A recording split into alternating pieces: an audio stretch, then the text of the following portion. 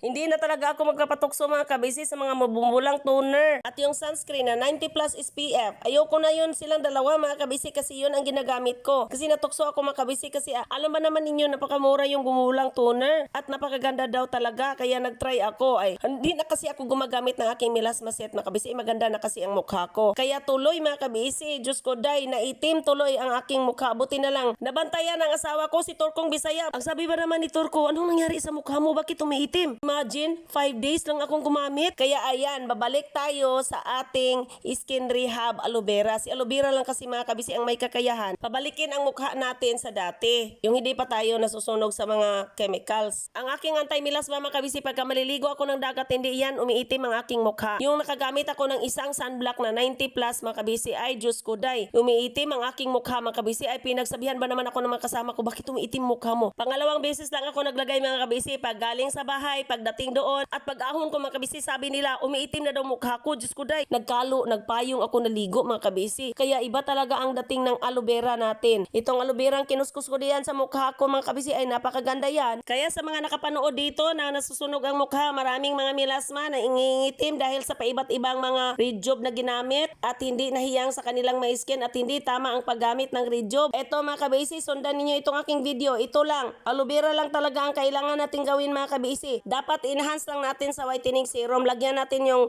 isang dahon ng aloe vera ng 10 patak ng whitening serum para magiging maganda yung kanyang effect mga kabisi. Kaya ihihinto muna natin lahat ng mga ina-apply natin sa ating mga balat, lalo na sa ating mukha. Stop muna lahat mga kabisi. I-rehab muna natin. Ito yung pinakamabilis ang rehab mga kabisi. 1 week lang gamitin natin ito mga kabisi kasi ito yung gamot sa ating mukha nga nasusunog dahil sa mga iba't ibang chemicals. Basta huwag kalimutan, 10 patak lang ng whitening serum sa isa or dalawang dahon ng aloe vera. Gawin natin ito morning bago tayo maligo o maghilamos, 20 minutes ibabad. Tapos maghilamos ng maligamgam na tubig. Sa gabi naman po bago maghilamos ay 20 minutes din ibabad mga kabisi. Kaya sa hindi pa nakapag-subscribe, subscribe naman kayo dyan mga kabisi. Sa hindi pa nakapag-follow, follow naman. At i-share, i-like at i-comment kung saan kayo lugar nakapanood ng aking video. At kung maghilamos kayo mga kabisi, pwede kayo magamit ng skin rehab soap. Ang gigamit ko dito mga kabisi ay niacinamide na dati ko pang sabon. Ito na mga kabisi, ilamusan na natin. Ating gamitin na sabon ay ang niacinamide kong sabon. Ito. So, mayroon ako dito hilis na. So, ito yon mga kabisi ang gagamitin natin. So, at least po mga kabisi, pagkatapos ng 15 to 20 minutes, hilamos tayo mga kabisi gamit ang niacinamide soap. Gamitin natin ang sabon.